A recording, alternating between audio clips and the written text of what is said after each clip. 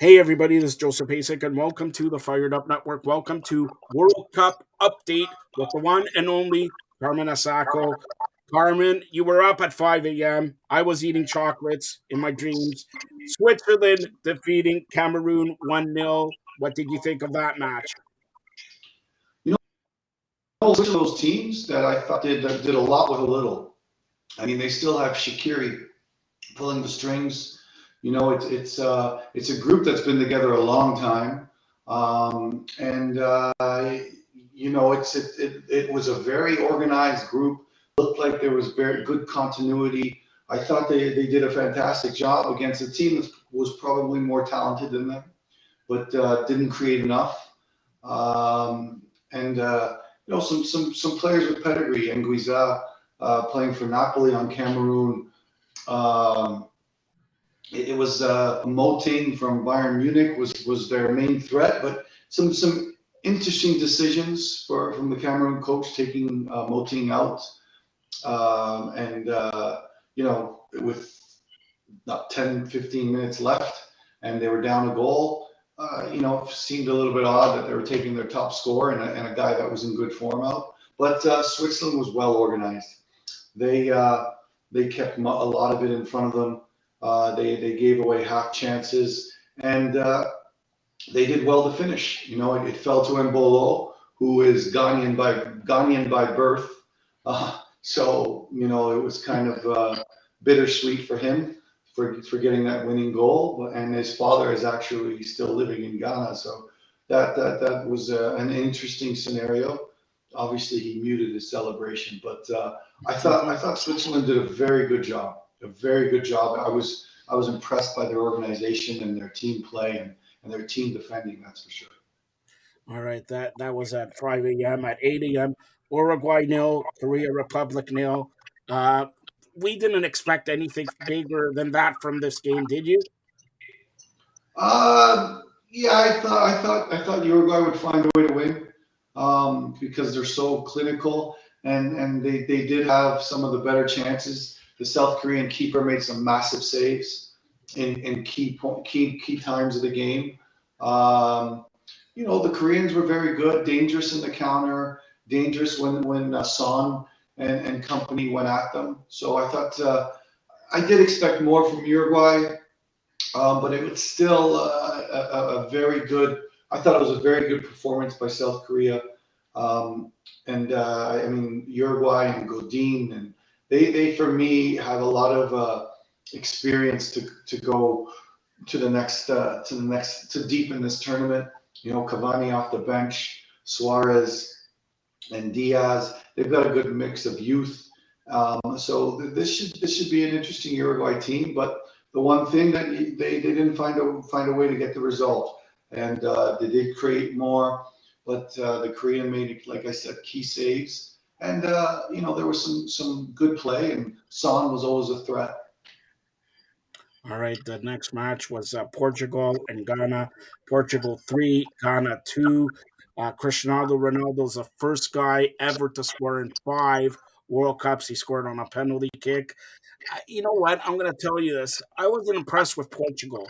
I don't know about you. If they didn't have a penalty kick, it would have been 2-2. Giving up two goals to Ghana, I don't know. Like, were you impressed with Portugal? Um, no, but talk to me in a couple of weeks or even 3 weeks. I think that they're going to find their rhythm. I think that he's not even 100% sure about his team. I thought today 3-2, like the mistakes that they did make in the back and the goals that they did give up were, I mean, were their best players not playing as well. Manchester City player Cancelo was Diaz. They weren't good. They weren't very good for Portugal, which that's not going to happen very often Yeah. because they're Yeah. probably two of the most steadiest players for Pep Guardiola. But they weren't very good today. But they found a way to win, and Ronaldo's first goal should have never been called back, but it probably wasn't a PK. For me, it wasn't a penalty, but they found a way to win, and they scored some good goals. I still, question Joao Felix and his maturity because he's going to get kicked up and down the field, and I thought he was very mentally soft today. But you know, good for Cameroon. They created some opportunities for sure. Sorry for Cameroon. They created some Ghana. Ghana. They created some good opportunities. They were resilient the whole game. They're a very athletic team. They pressed well, and and they did an admirable job. But giving up 3 goals, and Anana played very well for them in that too. He made some good saves and some key times. So there's a lot to be fixed on the Ghanaian side, and there's a lot to grow even for the Portuguese side. And some players like William came off the bench, which was a little bit surprising.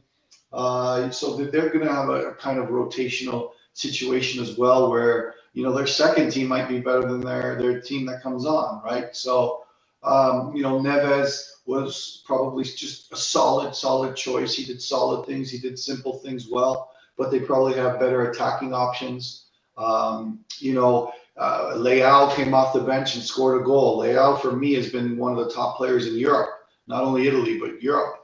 Yeah. So we might be a little bit afraid of his defensive responsibility, but for me, Leao's got to be on the field, not for 20 minutes, but for 90 minutes, and I think that he'll make a bigger impact in the games coming. All right, the final match, and we've seen all teams except, well, Serbia and Brazil. Brazil finally getting at it. Now all teams have played one match, but let's talk about Brazil. And I'm gonna say it, there. I don't know if you're gonna be controversial with me, but Neymar, arguably one of the best players in the football right now. But when he went off the pitch, Brazil started to come alive and play Brazil football. They win 2-0, and what a goal. Maybe the goal of the tournament in the first week, maybe the goal of the year already. Go ahead, Carm. Yeah, I think the combination of Neymar and Richarlison wasn't fantastic, and people, as I was scratching my head, that Jesus, who's been in incredible form for Arsenal, wasn't part of the starting 11, and I think that relationship might have been a little more uh, uh, conducive to attacking. But you're right, when he came off, Richarlison found his way, and good on Tito for keeping that lineup, and they found a way to score goals. But it's not easy to play against the Serbs. They're a very aggressive team, strong team, with a lot of experience as well, and they defended well. They had very good goalkeeping, but Brazil had to earn that victory because there was some fantastic actions, and obviously Richarlison's worldie was a difference maker as well. Because just before that, Serbia had some race starts that Allison didn't handle too well, but Brazil showed a lot today. Brazil showed that they're going to be a favorite for sure against a very strong Serbian team. I thought Casemiro, Rodrigo coming in, I thought that they were fantastic. Vinicius, we haven't seen the best of him yet, but this is and who knows what Danilo's status will be because he looked like he got hurt. And they do have some depth in the back, but most of it's at the center back role. So Sandro and Danilo are going to be relied upon a lot.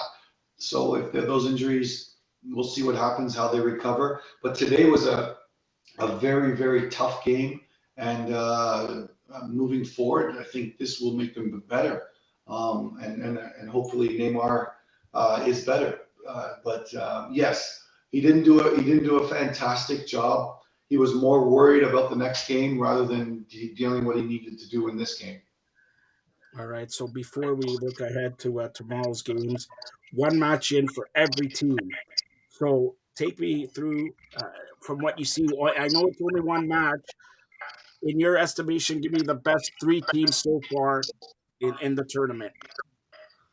Well, I think Spain, although Costa Rica was really bad, showed their what they used to be, their ability to possess a ball, to create opportunities, to have a purpose in their penetrate in their possession to penetrate. They were very quick and clean. Technically, looked like the best team in the league in the World Cup. Brazil was good from goalkeeper all the way to the top. And did they have their best lineup there? Will that be the best lineup in going into the second round?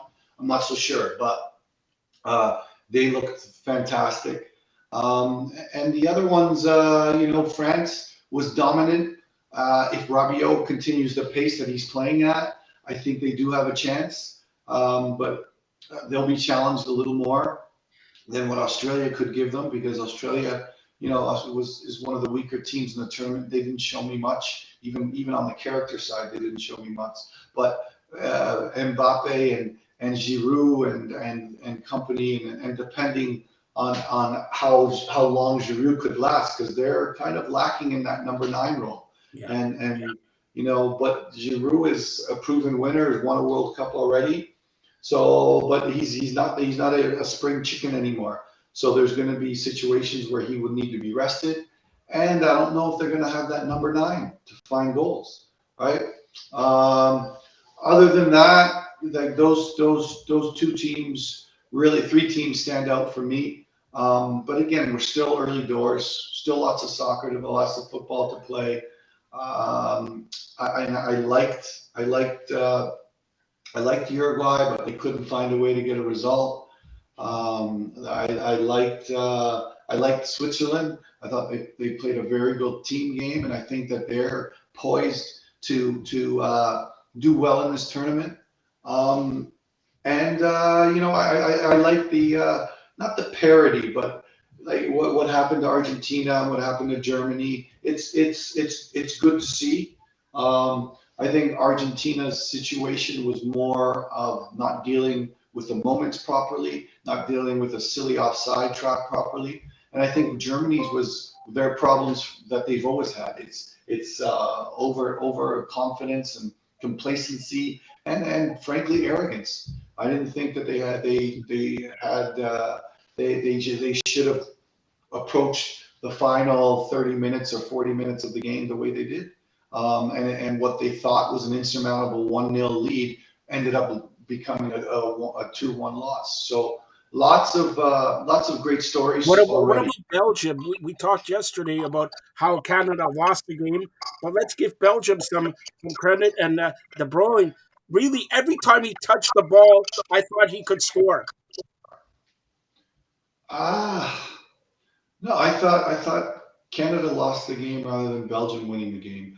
I think they dodged some errors. I think so, the one thing that we can say about Belgium is they probably have the 2 best players in the tournament, and one is Courtois, and the goalkeeper, who is fantastic, not only on the penalty but on decision making, on saves that he made, and he's just an incredible presence for a keeper, and that was part of the reason, like that Canada didn't score, didn't hit the target in certain situations, and when they did, Courtois was very good. And yes, you're right. De Bruyne was very looked on an island. To be honest with you, looked a little bit out of sorts. I don't think he played well, but everyone saw those individual moments. But that he's a great player, but I mean, he's only as good as the players that surround him as well, and the players that make him better. So right now, the likes of Carrasco, the likes of Bashwani, they're for me, they're not going to bring the best or have De Bruyne be at his best. So we'll see. It's a young tournament. Lukaku coming back will make a massive difference for that group, and their backs and Witzel,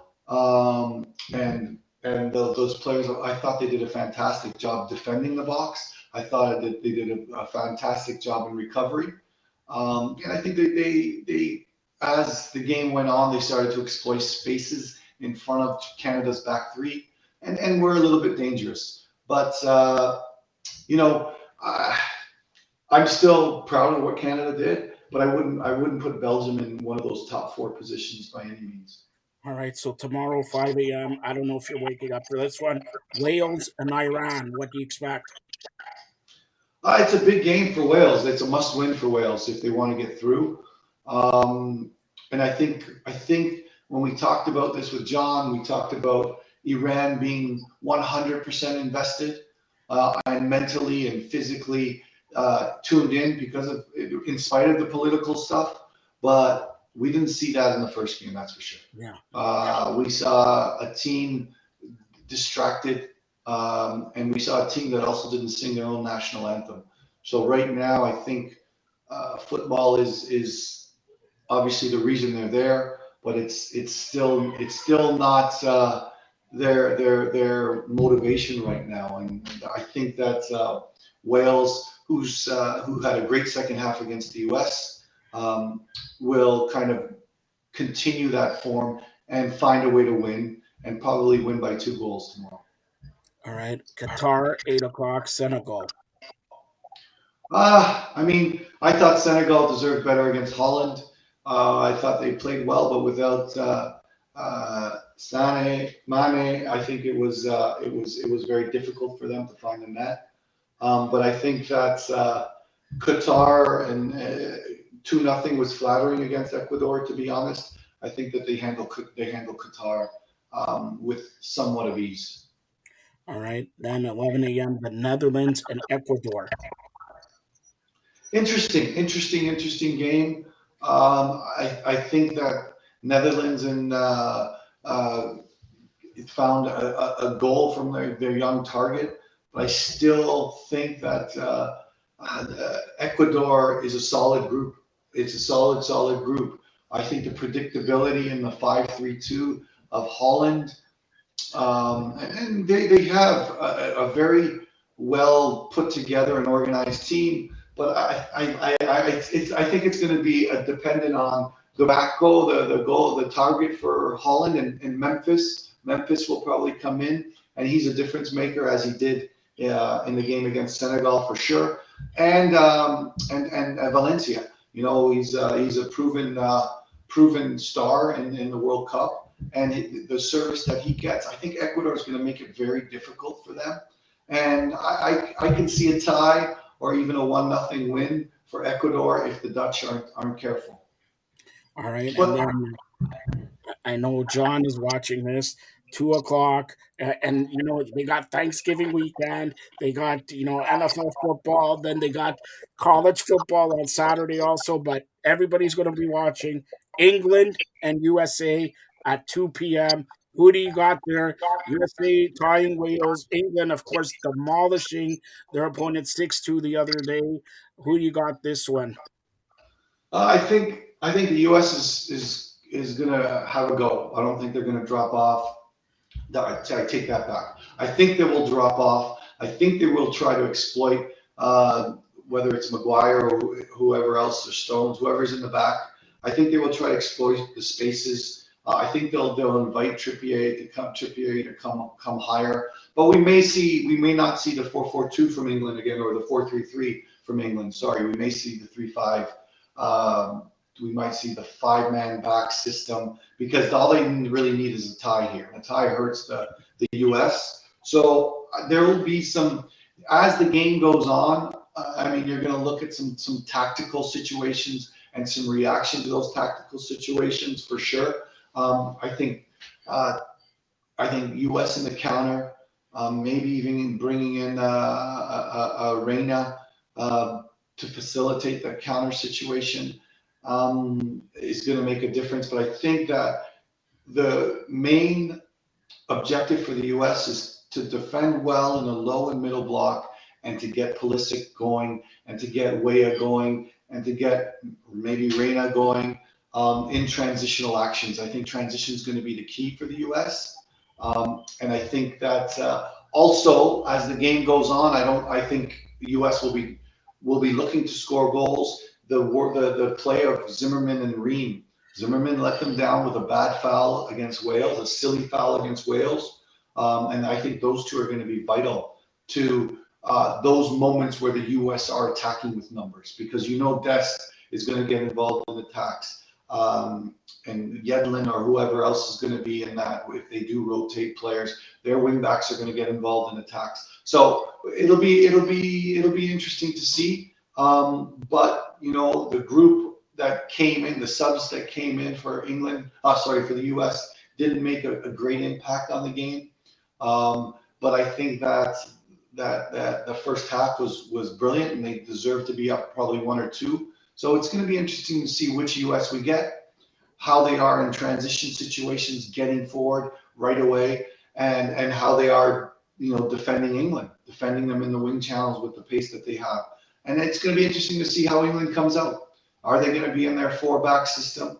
I mean, I think public opinion seems to think that they should, because it's more of an attacking system. But you know, Southgate's been a little bit careful and defensive when it comes to teams and different parts of. And this is the U.S., which is a dangerous team for me. All right. Before I let you go here, I know it's not World Cup soccer, but I know you grew up like me, a Maple Leaf fan. A couple weeks ago, actually a week ago, he was here at Scotiabank Arena. Everybody was giving his kudos. Borja Salming, Maple Leaf legend, passing away today at the age of 71. Carmine Isacco, we established yesterday, you're a big basketball fan. You're obviously soccer, obviously wrestling, NFL, Miami Dolphins. You've proven that you don't know any good team, but Borja Salming, take me through your memories of Borja Salming.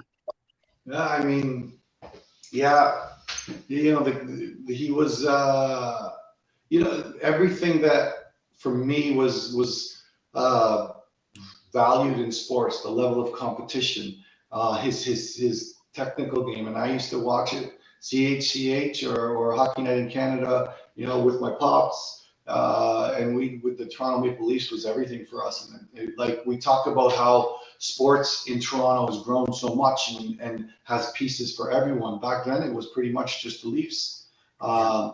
and everyone knew Salming. Everyone knew Salming and Turnbull on the blue line, and everyone knew what kind. But the best thing about people like Salming was they were wholesome. They were people role models without actually knowing they were. They were just fantastic in Toronto as people. So like they were way before their time, and they were just pure. And he even up to last week or whenever he was here was just pure. And you saw the impact that he made when Daryl Sittler. He looked at Daryl Sittler, and Daryl Sittler couldn't hold back his tears. And all those that was about a great man and a legacy he left on what a true sports professional should be all about, and the values that we should all hold, as people, never mind just as athletes. And I urge the Maple Leafs, the Maple Leafs Foundation or board of directors or whatever, they did an amazing job about a week ago honoring Boya Salming. But as you know, Maple Leafs have only retired two jersey numbers, number 5 and 6.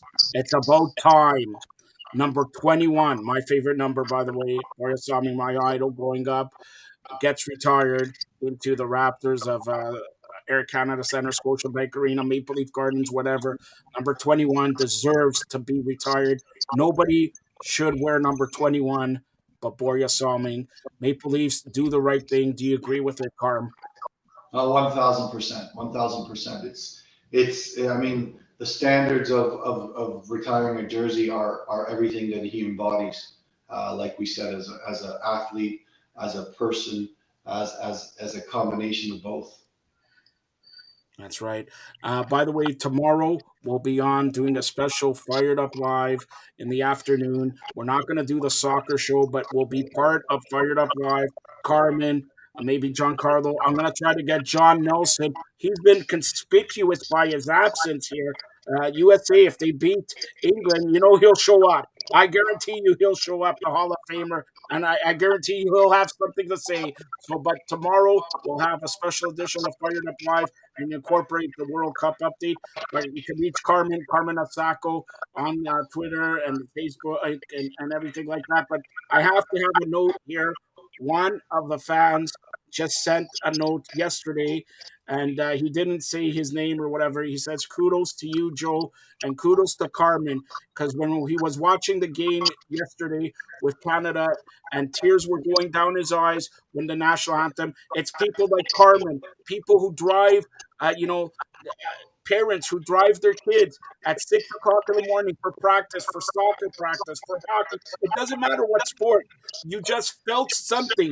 I know I'm Spanish, you're Italian, there's Portuguese, there's everything in Toronto, but you felt Canadian, more Canadian than anything in the world. And the players were singing it. So kudos, he says, kudos to you, Carmen, who is the lifeblood of putting players, kids, building the kids, building the winning mentality. You're gonna get kicked, get up, back up, and all that. So it's anonymous, but kudos to Carmen Asako because Carm, you and I say this all the time.